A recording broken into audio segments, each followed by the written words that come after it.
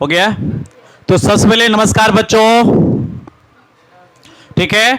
और आज का क्लास हम लोग शुरू करेंगे और आज का जो चैप्टर का हेडिंग है physical properties of carboxylic acid. क्या हेडिंग है? Physical properties of carboxylic acid. अगर आप हिंदी निकाल लें तो इसका हो जाएगा कार्बोक्सिलिक अम्ल के भौतिक गुण। क्या निकल जाएगा? के भौतिक गुण। तो पिछली कक्षा में हमने कार्बोक्सिलिक अम्ल बनाने की विधि को समझा था और आज हम इसके भौतिक गुण को भी समझेंगे। किस गुण को? भौतिक गुण को। और भौतिक गुण में कौन कौन सी बातें आती हैं? सबसे पहले तो स्मेल हमने चर्चा करना है। किसकी करना है? स्मेल की करना है। फिर इसके बाद हम फिजिकल प्रॉपर्टीज भी करेंगे, इसके बाद सॉल्युबिलिटी भी करेंगे और अंत में हम इसके बॉइलिंग पॉइंट्स को भी देखेंगे। ठीक है, तो बिना देर के हम लोग क्लास स्टार्ट करते हैं। और पहला जो पॉइंट है जो आपको समझाने वाले हैं, स्मेल। स्मेल का अर्थ हो जाता है बेटा गंध। क्या हो जाता है? गंध। अब गंध तो कई प्रकार के होते हैं, हमने आपको कितनी बार समझाया भी है कि गंध आप तीन तरह से गंध की व्याख्या कर सकते हैं। एक तो सुगंधित गंध होता है। क्या होता है? सुगंधित गंध, जिसमें कि सुगंध की प्राप्ति होती है। हम कोई चीज को अगर यदि गंध ले लें किसी वस्तु का और वहां बगल में रहने की इच्छा कर जाए, वहां हमें रहने की बहुत देर संभावना बन जाए, तो वो कहेंगे वो सुगंधित है। कैसा है? सुगंधित है। अगर हम वहां मजबूरी बस रहे, भाई रहना पड़ेगा हमको, तब वो गंध है जिसे हम बर्दाश्त कर सकते हैं। लेकिन ऐसे गंध जिसे हम बर्दाश्त ही नहीं कर सकते तो हम वहां से दूर चले आते हैं, वो दुर्गंध हो जाते हैं। कैसे हो जाते हैं? दुर्गंध। तो ये कार्बोक्सिलिक एसिड ना तीन प्रकार के गंधों में डिवाइड है। कितने प्रकार के? तीन प्रकार के।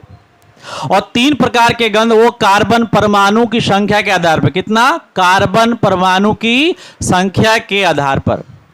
यानी पहले कार्बन परमाणु से तीसरे कार्बन परमाणु तक, ठीक है। फिर इसके बाद चौथे कार्बन परमाणु से आठवें कार्बन परमाणु तक, ठीक है। और लास्ट में आ जाएगा कि आठवें के बाद यानी नौवें से लेकर जहां तक ये श्रृंखला जाए, जहां तक ये नंबर जाए, वहां तक के कार्बन परमाणु कार्बोक्सिलिक एसिड के गंध की व्याख्या हम लोग करेंगे आज। तो सबसे पहले कार्बन परमाणु संख्या 1 से लेकर 3 तक, है ना। क्या बोलेंगे? 1 से लेकर 3 तक, यानी कि कार्बोक्सिलिक अम्ल के प्रथम 3 सदस्यों की हम चर्चा कर रहे हैं। किसकी? प्रथम 3 सदस्य। अब वो प्रथम 3 सदस्य कौन कौन से हैं ये भी हम बताएंगे आपको, लेकिन पहले गंध सबकी बता दें कैसी होती है। तो प्रथम 3 सदस्य होते हैं किसके? कार्बोक्सिलिक एसिड के। वो किस प्रकार के होते हैं? तो वो तीक्ष्ण गंध वाले होते हैं। कैसे होते हैं? तीक्ष्ण गंध वाले।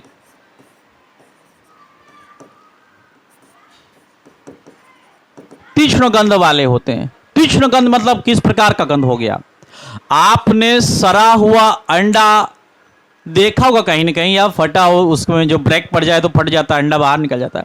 तो सड़े हुए अंडे की जो गंध होगी, या फिर बोलें कि कोई सड़ा हुआ वस्तु का जो गंध होगा, या आपने लहसुन का सेंट लिया होगा, लहसुन भी थोड़ा तीक्ष्ण गंध वाला होता है, ठीक है ना। तो ये सभी क्या है? तीक्ष्ण गंध वाले होते हैं। कौन? कार्बन परमाणु संख्या 1 से लेकर कितने तक? 3 तक। ये कैसे होते हैं? तीक्ष्ण गंध वाले होते हैं, ठीक है। अब बात करेंगे कार्बन परमाणु संख्या 4 से लेकर 8 तक। कितने तक? 4 से लेकर 8 तक, यानी मध्यम प्रकार के जो कार्बोक्सिलिक एसिड हैं उनके गंध किस प्रकार के होते हैं? तो इसके गंध जो होते हैं वे अरुचिकर होते हैं। कैसे होते हैं? अरुचिकर। अरुचिकर होते हैं। नहीं है, इसमें रुचि नहीं होती है लेकिन आदमी बर्दाश्त कर सकता है। रुचि मतलब कोई इंटरेस्ट नहीं आता लेकिन हम फिर भी वहां ठहर सकते हैं, तो इसे क्या बोलेंगे? अरुचिकर। जैसे भीड़ भाड़ ट्रेन में बहुत सारे जनरल डिब्बों में जो व्यक्ति एक साथ बहुत सारे आ जाते हैं, उनका शारीरिक गंध जो होता है वो हमें बर्दाश्त नहीं होता, लेकिन क्या करें, ट्रेन में तो चढ़ना है, दूर कहीं जाना है तो हमें रहना पड़ता है, बर्दाश्त करना पड़ता है। ये कैसा स्मेल होता है? अरुचिकर होता है। अब बात करेंगे जिसकी कण संख्या 9 से अधिक हो। किससे हो? 9 से अधिक हो। वे कैसे गंध होते हैं? जो 9 से अधिक होते हैं ना, वे काफी दुर्गंध जैसे गंध करते हैं। कैसे करते हैं? दुर्गंध। इसमें दुर्गंध की भावना ज्यादा आती है ना, और ये काफी उपेक्षीय गंध होते हैं। कैसे? उपेक्षा नहीं, उपेक्षा के शिकार होते हैं, उपेक्षीय गंध होते हैं। तो हमने 3 बात यहां चर्चा किया कि कार्बन परमाणु संख्या 1 से लेकर 3 तक के सदस्यों की गंध कैसी होती है? तीक्ष्ण गंध वाले होते हैं। 4 से लेकर 8 तक का कितना होता है? अरुचिकर होता है। और 9 से ऊपर की कैसी होती है? अपेक्षीय गंध वाली होती है। ये तो बात समझ में आ गई, कोई डाउट इसमें? अब हम बात करेंगे इसके वो कौन कौन से एग्जाम्पल हो जाएंगे। चलो हम बात करते हैं कार्बन परमाणु 1 से लेके 3 तक। अगर कार्बन संख्या 1 है तो वो कौन सा होगा एसिड, वो हम देख लेते हैं। इसमें देखो कार्बन कितने हैं बेटा? 1 है। ये कौन सा हो गया? Formic acid. कौन सा हो गया? Formic acid. तो फॉर्मिक एसिड जो होता है वो कैसा होता है? तीक्ष्ण गंध वाला होता है। कैसा होता है? तीक्ष्ण। अब कार्बन परमाणु संख्या 2 कर देंगे, वो क्या हो जाएगा? यहां लिख देता हूं CH3COOH। ये कौन सा एसिड हो गया? एसिटिक एसिड भी होते हैं इसे ना। और दूसरे 2 कार्बन है ना, कितने कार्बन है? 2 कार्बन है, तो इसे बोलेंगे इथेनोइक एसिड। क्या बोलेंगे? Ethanoic acid. तो इस आधार पर इसका नाम क्या हो गया? Methanoic acid. क्या हो गया? मैथेन पर लिखिए और उसके बाद आप ओइक लगा दीजिए, ओइक एसिड। कौन सा हो गया? Methanoic acid, ethanoic acid. अब कार्बन संख्या 3 हो जाता क्या हो जाएगा? Propanoic acid. इस एग्जाम्पल क्या हो जाएगा इसको? Propanoic acid. यानी मैथेनोइक, इथेनोइक और प्रोपेनोइक एसिड ये सभी किस प्रकार के होते हैं? ये तीक्ष्ण गंध वाले होते हैं। क्या आपको समझ में आ गया? कि कार्बोक्सिलिक एसिड के प्रथम 3 सदस्य कौन कौन से? Methanoic acid, ethanoic acid, propanoic acid. ये कैसे होते हैं? तीक्ष्ण गंध वाले होते हैं। कैसे गंध वाले होते हैं? तीक्ष्ण गंध वाले। अब ये 4 से 8, 4 में क्या हो जाएगा? 4 में होता है ब्यूटेन। क्या होता है? ब्यूटेन। क्या बोलेंगे? Butanoic acid. क्या बोलेंगे? Butanoic acid, pentanoic acid, hexanoic acid, heptanoic acid और लास्ट में ऑक्टेनोइक एसिड। ये सभी कैसे होते हैं? अरुचिकर वाले होते हैं। कैसे होते हैं? अरुचिकर वाले होते हैं। और हम लास्ट बात करेंगे जो उसकी कार्बन संख्या 9 से अधिक होती है। 9 से नॉनोइक एसिड, डेकेनोइक एसिड। इस प्रकार से ये कैसे होते हैं? अपेक्षीय गंध वाले होते हैं। क्या होते हैं? अपेक्षीय। तो आपको बोलना क्या? एग्जाम्पल नहीं देनी बेटा, एग्जाम्पल आपको समझने के लिए थी, किसी को बताने के लिए थी, लेकिन आप सिर्फ क्या बोलेंगे? इसके कार्बन परमाणु संख्या खाली बोलेंगे। क्या बोलेंगे? कार्बन परमाणु संख्या। तो 1 नंबर पॉइंट को मैं क्लियर करने वाला हूं, आप लोग ध्यान से सुन लेंगे मेरी बात को कि जिस कार्बोक्सिलिक एसिड के क्या बोलेंगे? कि प्रथम 3 सदस्य तीक्ष्ण गंध वाले होते हैं। कार्बन परमाणु संख्या 4 से लेकर 8 तक के सदस्य और रुचिकर गंध वाले होते हैं। और जिन कार्बन परमाणुओं की संख्या 9 से अधिक हो जाए तो अपेक्षीय गंध वाले होते हैं। कोई डाउट्स? कोई डाउट्स नहीं? क्या आप इसे बोल सकते हैं? आपको मौका देंगे लेकिन एक और चांस बोलने के बाद। Okay, are you agree with me? Okay, let now start. तो हम लोग स्टार्ट करते हैं। तो बोलेंगे मेरे साथ, मेरे पीछे पीछे, ये कार्बोसाइक्लिक एसिड के प्रथम 3 सदस्य तीक्ष्ण गंध वाले होते हैं। कार्बन परमाणु संख्या 4 से 8 तक के सदस्य अरुचिकर वाले होते हैं, और ऐसे कार्बन परमाणु संख्या वाले यौगिक जो 9 से शुरू हो वो अपेक्षीय गंध वाले होते हैं। 3 बात नोट कर लिया ना। पहला कौन सा बात हो गया? 1 से लेकर 3 तक। स्टार्ट कहां करेंगे? इस तरह से, कार्बोसाइक्लिक अम्ल के प्रथम 3 सदस्य, सीधे बोलेंगे प्रथम 3 सदस्य, प्रथम 3 सदस्य जिसकी कार्बन परमाणु संख्या 1 से लेके 3 तक है, वो कैसे होते हैं? तीक्ष्ण गंध वाले होते हैं। और फिर अगले 5 सदस्य, ये कैसे सदस्य हैं? अगले 5 सदस्य आप चेक कर लो, 4, 5, 6, 7, 8, 5 सदस्य है ना। तो अगले 5 सदस्य कैसे होते हैं? अरुचिकर वाले होते हैं। और जिसकी कार्बन संख्या 8 से अधिक हो, यानी 9 से लेके कहां तक? अंतिम तक। ये कैसे होते हैं? अपेक्षीय वाले होते हैं। ये भी एक तरीका हो गया बोलने का, ठीक है ना। ठीक है, एक बार मैं पुनः रिपीट कर देता हूं, बहुत ही आसान लैंग्वेज में। आप इस बार जरूर अच्छा से दिमाग में रख लीजिएगा ताकि आप फिर से इसे बोल सके। रेडी? ओके। तो कार्बोक्सिलिक अम्ल के प्रथम 3 सदस्य तीक्ष्ण गंध वाले होते हैं। अगले 5 सदस्य अरुचिकर गंध वाले होते हैं। और जिन कार्बन संख्या 9 से अधिक हो वो अपेक्षीय गंध वाले होते हैं। तो कौन बोलना चाहेंगे? अब खड़े हो जाएं। अच्छा, चलिए कासिम बहुत दिन से मौका ले रहे हैं। आजा बेटा कासिम। चलिए कासिम आइए, बोलिए।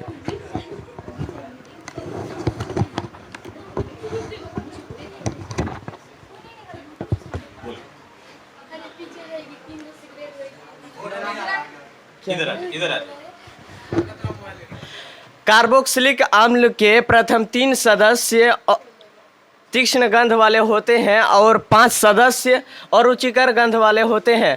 और जिन कार्बन परमाणु की संख्या 9 से अधिक होती है वह अपेक्षीय गंध वाले होते हैं। बहुत सुंदर, बहुत सुंदर, बहुत सुंदर। ठीक है बेटा, बैठ जा। तो सबसे बड़ी बात है कि यहाँ तक आने में ही परेशानी होती है, इन्होंने बोल दिया है, ये बहुत बड़ी बात है। ठीक है, तो मैं इसको अब लिखवा दूं।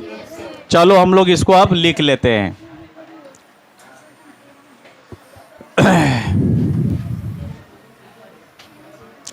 इसको हम थोड़ा छोटा कर ले इस प्रकार से।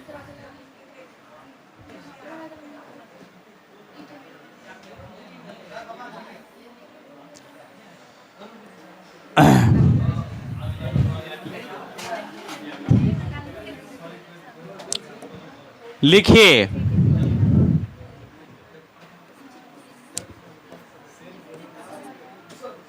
कार्बो किसलिक अम्ल के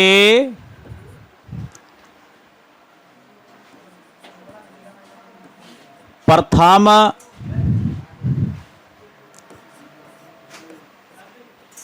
3 सदस्य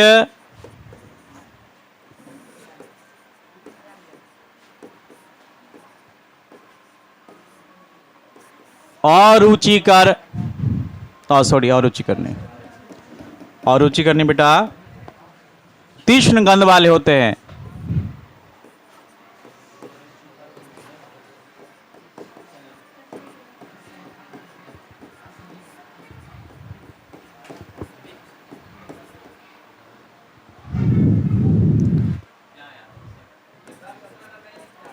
अगले 5 सदस्य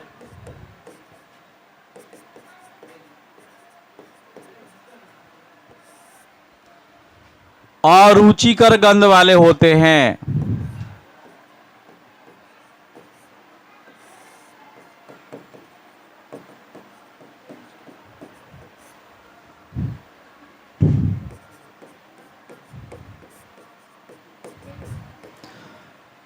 इनको मैं यहां पे सेट कर दूं।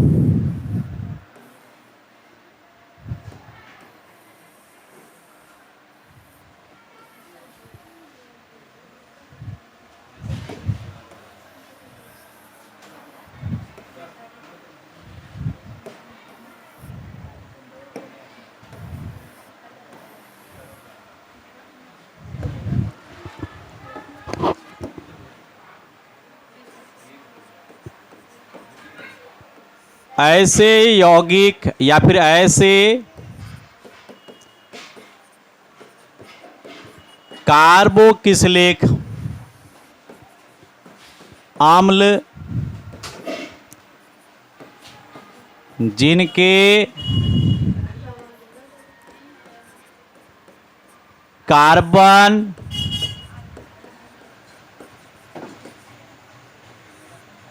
परमाणुओं की संख्या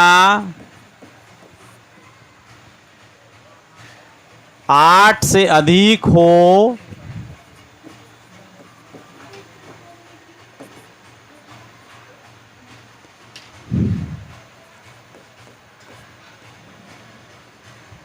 अपेक्षीय गंध वाले होते हैं।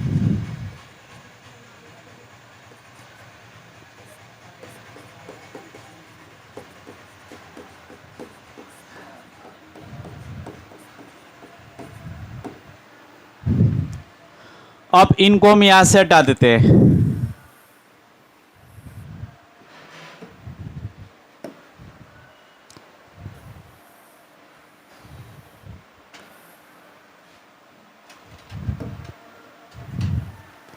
इनको मैं इस तरह सेलेक्ट करके यहां अरेंज कर देता हूं।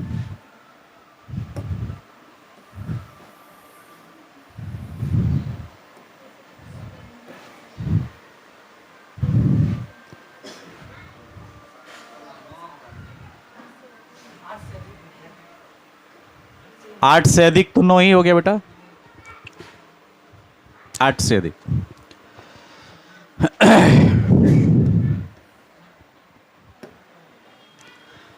क्या इस स्मेल में कोई दिक्कत आपको 100% समझ में आ गया? अब हम लोग बात करेंगे भौतिक अवस्था यानी कि फिजिकल स्टेट की। तो हम जानते हैं फिजिकल स्टेट के 3 प्रमुख भाग होते हैं।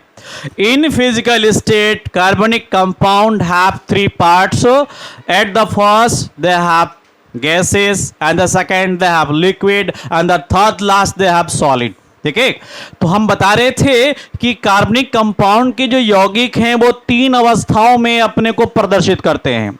या तो पहला कौन सा होंगे, या वो गैस होंगे, या क्या होंगे, द्रव होंगे, नहीं तो वो क्या होंगे, ठोस होंगे। यही 3 अवस्था होगा, गैस, द्रव या फिर ठोस।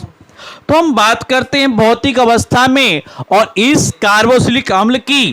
तो इसके जो पहले 10 कार्बन परमाणु है, कैसे, पहले 10 यानी 1 से लेके 10 तक, कितने तक, 1 से लेके 10 तक, ये सभी किस अवस्था में होते हैं, द्रव। किस अवस्था में होते हैं, द्रव। और जैसा कि हमने बताया कि ये क्या होता है, रंगहीन होता है। कैसा होता है, रंगहीन होता है। तो ये कैसे होते हैं, रंगहीन द्रव होते हैं। क्या आपको समझ में आ गया कि कार्बोक्सिलिक अम्ल के प्रथम 10 सदस्य जिसके कार्बन परमाणु संख्या 1 से लेके 10 तक होती है, वो कैसे होते हैं, रंगहीन द्रव होते हैं। कैसे होते हैं, रंगहीन। ये एलिफेटिक कार्बोक्सिलिक अम्ल की बात की जा रही है। किसकी, एलिफेटिक, जिसके चैन खुले होते हैं। कार्बन चेन क्या होते हैं, खुले होते हैं, आपस में कभी जाके ज्वाइंट नहीं करते। ये खुला चेन होता है। तो खुला चेन में इसकी परमाणु संख्या 1 से 10 तक क्या होती है, रंगहीन द्रव होता है। जैसे ही कार्बन परमाणुओं की संख्या 10 से ऊपर होती, यानी 11, 12, 13 इस तरह से बढ़ते जाती है, तो ये किस रूप में प्राप्त होते हैं, ये ठोस। किस रूप में, ठोस। और ये भी रंगहीन होते हैं। कैसे होते हैं? रंगहीन। तो रंगहीन कैसे हो गए? ये ठोस हो गए। तो दो बातें हमने यहां पर क्लियर कर दिया। एक का क्या कर दिया कि ये रंगहीन द्रव होते हैं। कब, कहां से कहां तक? 1 से लेके 10 तक। और जैसे इसकी संख्या 10 से अधिक हो जाती है ये रंगहीन होते हैं। और एक बात और इसमें हम इंक्लूड करेंगे, रंगहीन मुलायम ठोस। कैसा बनाते हैं? रंगहीन मुलायम ठोस होते हैं। और बात करते एरोमेटिक कंपाउंड की। किसकी? एरोमेटिक, जिसकी ये बेंजीन वाला कैसा होता है? एरोमेटिक कंपाउंड है।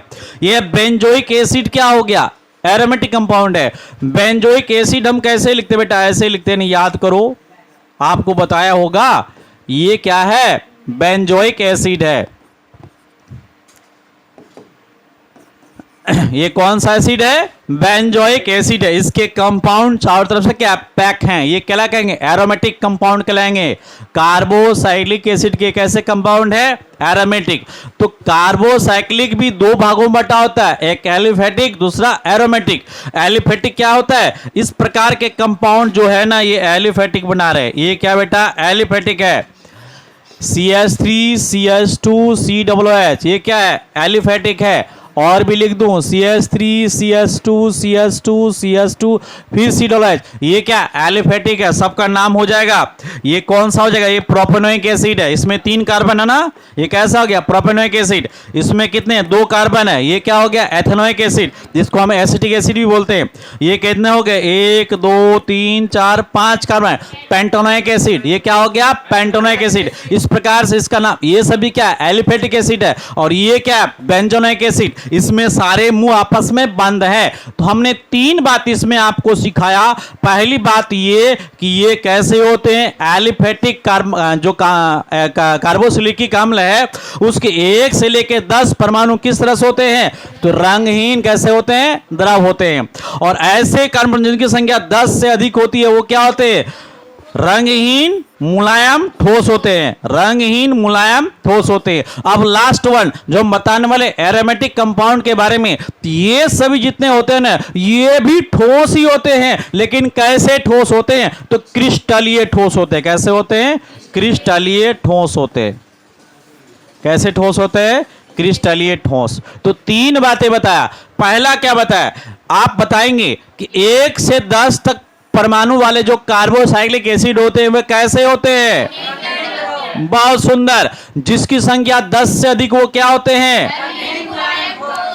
और जो जितने भी सारे एरोमेटिक कंपाउंड है वो कैसे होते हैं?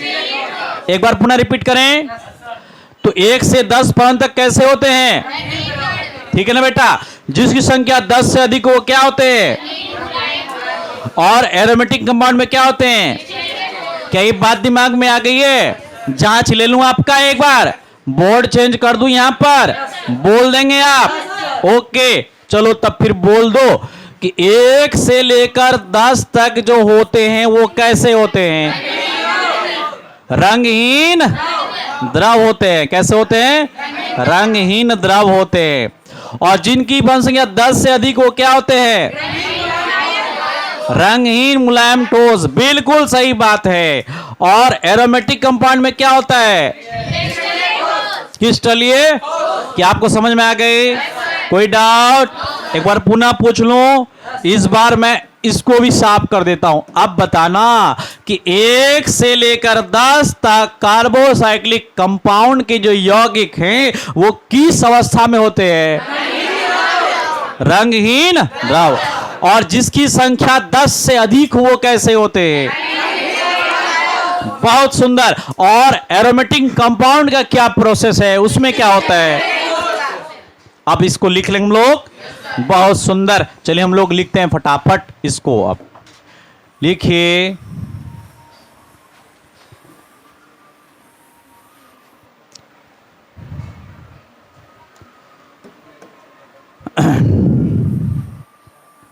लिखिए कार्बोक्सिलिक अम्ल के कार्बोक्सिलिक अम्ल के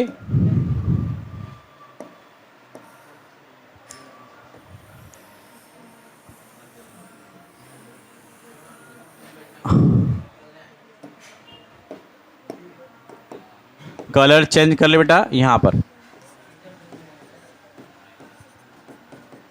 कार्बो किसलेख आम्ल के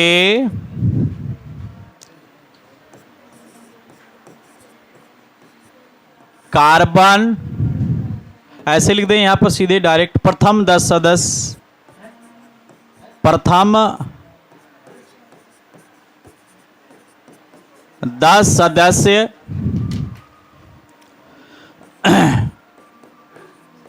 रंगहीन द्रव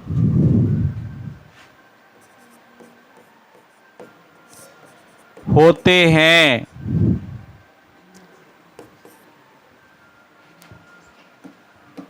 तथा 10 से ऊपर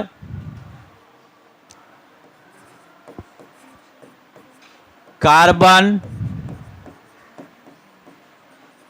परमाणु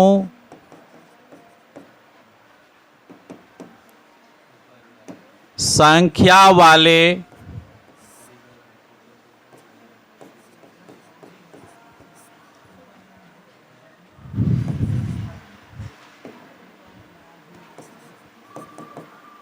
यौगिक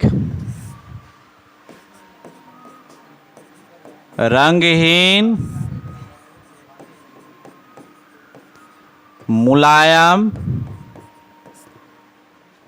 ठोस होते हैं।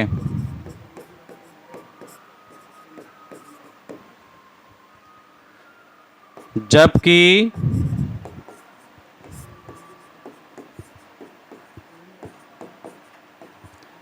एलिफेटिक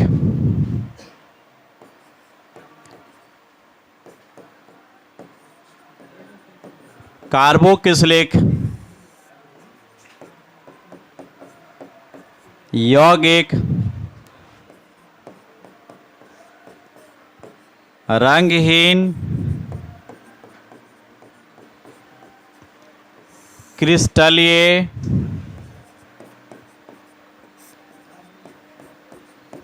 ठोस होते हैं। ये कंप्लीट हो गया। अच्छा यहां पर मिस्टेक हो गया है, एरोमेटिक होगा, मिस्टेक हो गया, एरोमेटिक यहां लिखना बेटा, ठीक।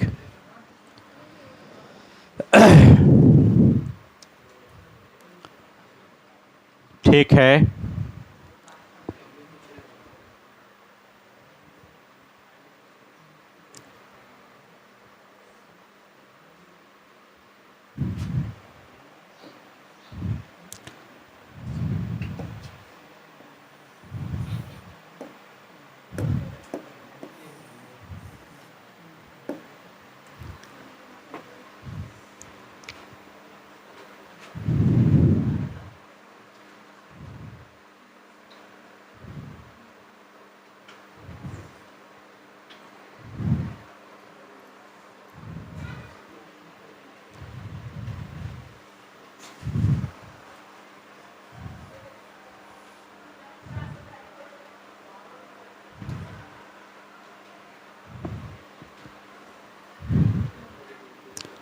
ओके बेटा।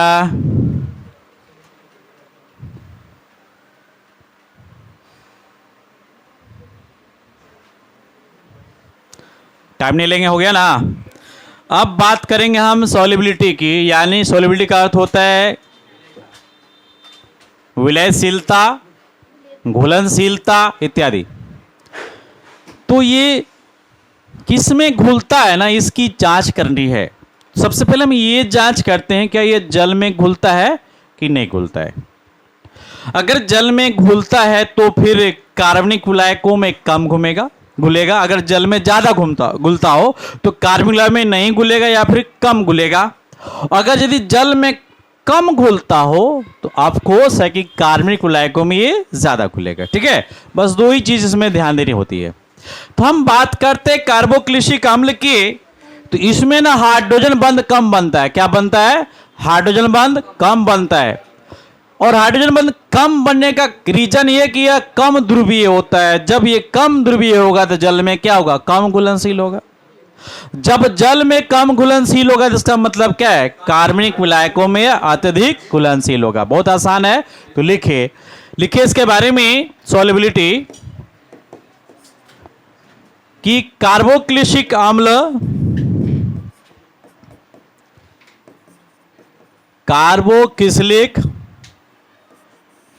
अम्ल में हाइड्रोजन बंध कम बनते हैं,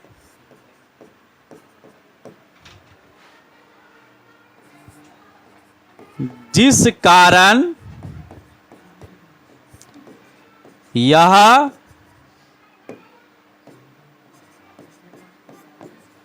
जल में कम घुलनशील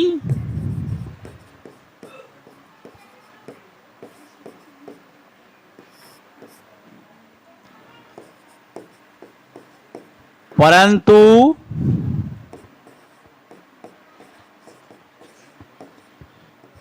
कार्बनिक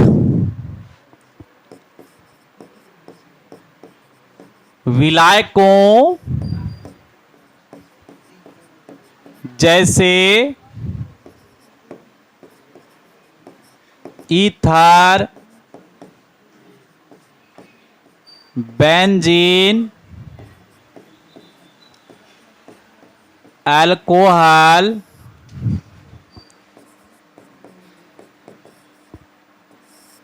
इत्यादि में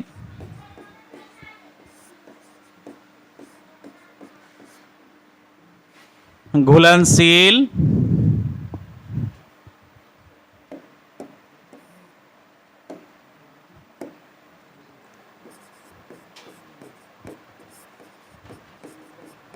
होते हैं।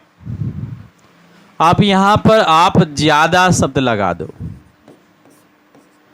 ज्यादा घुलनशील होते हैं। तो हमने क्या बताया कि कार्बोक्सिलिक अम्ल में H बॉन्ड कम बनते हैं, जिस कारण यह जल में कम घुलनशील, परंतु कार्बनिक विलायकों जैसे ईथर, बेंजीन, अल्कोहल इत्यादि में ज्यादा घुलनशील होता है या होते हैं। ठीक है ना? तो एक ही लाइन में हमने सारा बात इसमें क्लियर कर दिया। क्लियर? कोई डाउट्स बाबू? आगे बढ़ें। एक बार इन तीनों पॉइंट्स को हम जल्दी से रिवीजन कर लेते हैं, फिर चौथे पॉइंट पे आके इसको फिनिश कर देंगे। ओके? तो हमने पहली बार क्या बात किया? गंध के बारे में। बोलो, बात किया था ना? किस बारे में? गंध के बारे में।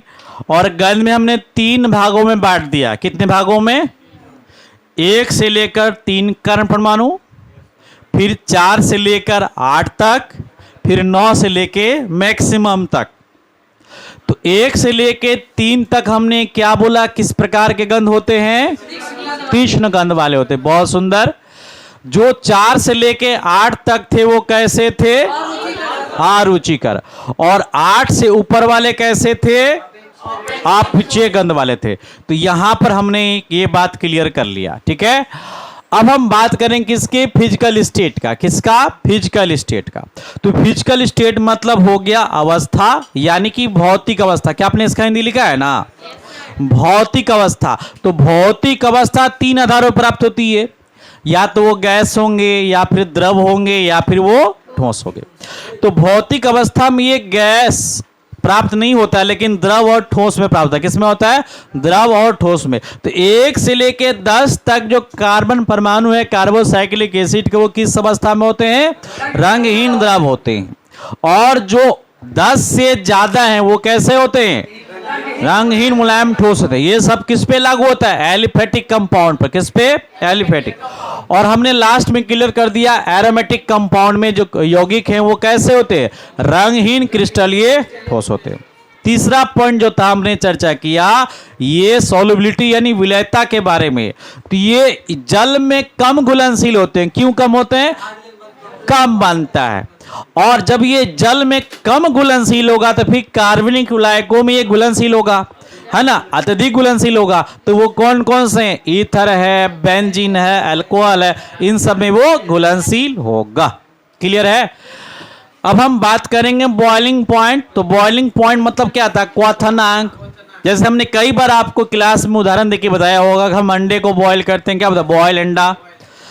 दूध को खौलाते हैं ना, दूध भी खौलता है, गर्म होता है, बोलते हैं उसको उबलना, तो वो भी क्वथनांक में उबलता है। जल का खौलना, यहां तक कि जब हम कोई छानते हैं कोई चीज वस्तु तेल में, तो तेल का भी खौलना होता है, तो उसका भी बॉइलिंग पॉइंट हमें प्राप्त होता है। तो यहां पर बॉइलिंग पॉइंट जानना है किसका? कार्बोसाइक्लिक एसिड का। किसका जानना है?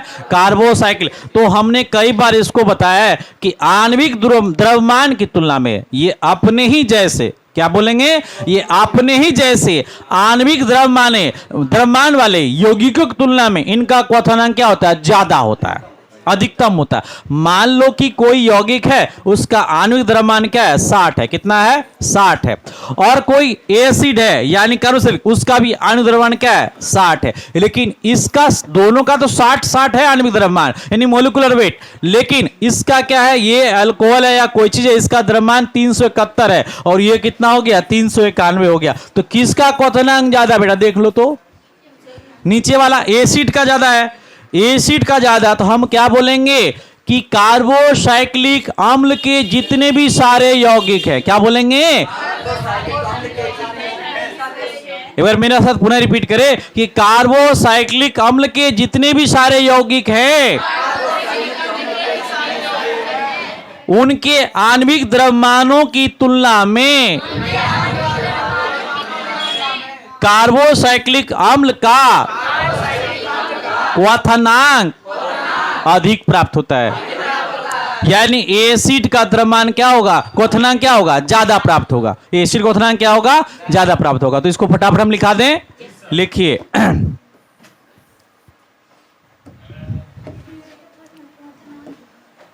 लिखेंगे इसका हिंदी क्वथनांक।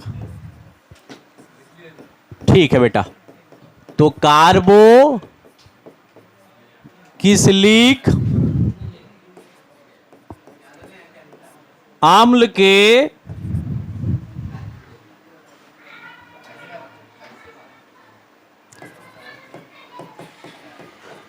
आणविक द्रव्यमानों की तुलना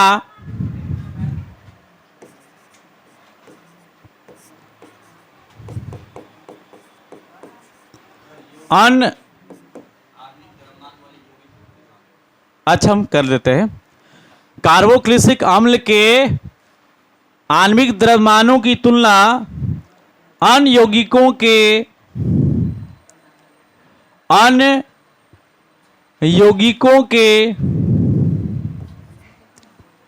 क्वथनांक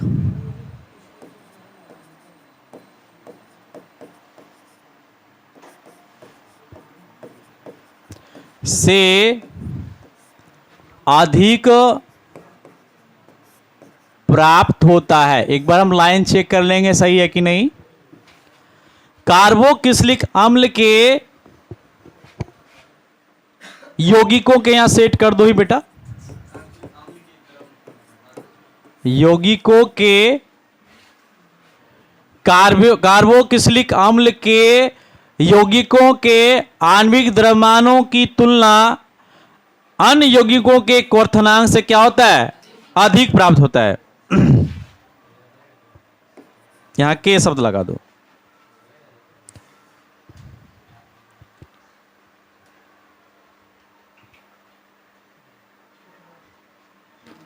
चाहे एक लाइन थोड़ा सा इसको हम स्टेबल और भी बढ़िया से कर सकते हैं। रुक जाओ, थोड़ा सा यहां फर्क पड़ रहा है, हम यहां क्लियर कर लेते हैं। कार्बोक्सिलिक अम्ल के यौगिकों के आणविक द्रव्यमानों की तुलना अन्य यौगिकों से किया जाए तो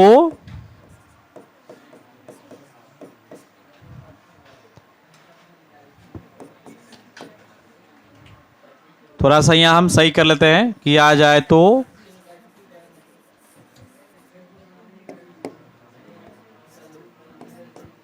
कार्बोक्सिलिक अम्ल का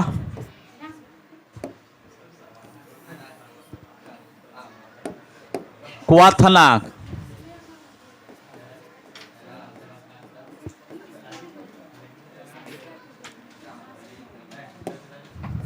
अधिक प्राप्त होता है। अब ये लाइन बढ़िया से हो गया है, एक बार पुनः देख लेते हैं। कार्बोक्सिलिक अम्ल के यौगिकों के आणविक द्रव्यमानों की तुलना अन्य यौगिकों से किया जाए तो कार्बोक्सिलिक अम्ल का क्वथनांक क्या होता है? अधिक प्राप्त होता है। क्लियर?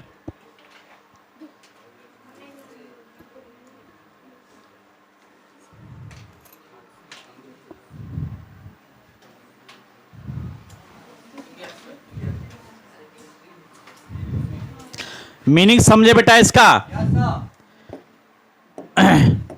कि कार्बोक्सिलिक अम्ल के यौगिकों के आणविक द्रव्यमानों की तुलना अन्य यौगिकों से किया जाए। हमने बताया कि जैसे कि हम एक एग्जांपल देते हैं, प्रोपेनोइक अल्कोहल। क्या है? Propanoic alcohol. इसका आणविक द्रव्यमान होता है 60। कितना होता है? 60। अब बात करते हैं एसिटिक एसिड का। किसका? एसिटिक एसिड का। इसका क्वथनांक होता है 60। तो देखो दोनों का द्रव्यमान आणविक एक ही है ना। कार्बोक्सिलिक अम्ल का ये हो गया, कार्बोक्सिलिक अम्ल का यानी एसिटिक एसिड का द्रव्यमान हो गया 60, और अन्य यौगिक का द्रव्यमान इसका भी क्या हो गया? 60, यानी अल्कोहल हमने ले लिया 60। तो अब इन दोनों की तुलना करें तो प्रोपेनोइक एसिड का जो आणविक द्रव्यमान होता है 391 होता है, और जबकि एसिटिक एसिड का ये 371 होता है। और उल्टा उल्टा लिख दी, उल्टा पुल्टा लिख दी बेटा, उल्टा पुल्टा लिख दी, सही करते हैं। ये 71 और ये हो गया 91। तो एसिटिक एसिड का क्या हो गया? 391, और अल्कोहल का क्या हो गया? 371। किसका ज्यादा है? 391 का। तो वही बात हमने यहां लिखा है कि कार्बोक्सिलिक अम्ल के यौगिकों के आणविक द्रव्यमानों की तुलना अन्य यौगिकों से किया जाए। तो हमने दो यौगिक लिया है, एक कार्बोक्सिलिक एसिड हो गया, ये आपका एसिटिक एसिड का उदाहरण हो गया, और दूसरा हमने अन्य यौगिक ले लिया प्रोपेनोइक एसिड, प्रोपेनोइक अल्कोहल ले लिया। दोनों का आणविक द्रव्यमान सेम है, लेकिन क्वथनांक में अंतर है। इसका 371 है, इसका 391 है। तो यही आधार पे हम देख पा रहे हैं कि एसिडों का क्वथनांक क्या होता है? अन्य यौगिकों से ज्यादा प्राप्त होता है। तो हमने सारी चीज आपको आज समझा दिए हैं। कोई डाउट्स बाबू? तो कोई डाउट्स नहीं आज के क्लास में? अगर है तो आप पूछ सकते हैं, ना तो आप कमेंट करके भी पूछ सकते हैं, ठीक है? वहां भी हम आपको उत्तर दे देंगे। तो आज के लिए बस इतना ही रहने दें। मिलते हैं अगले वीडियो में। धन्यवाद।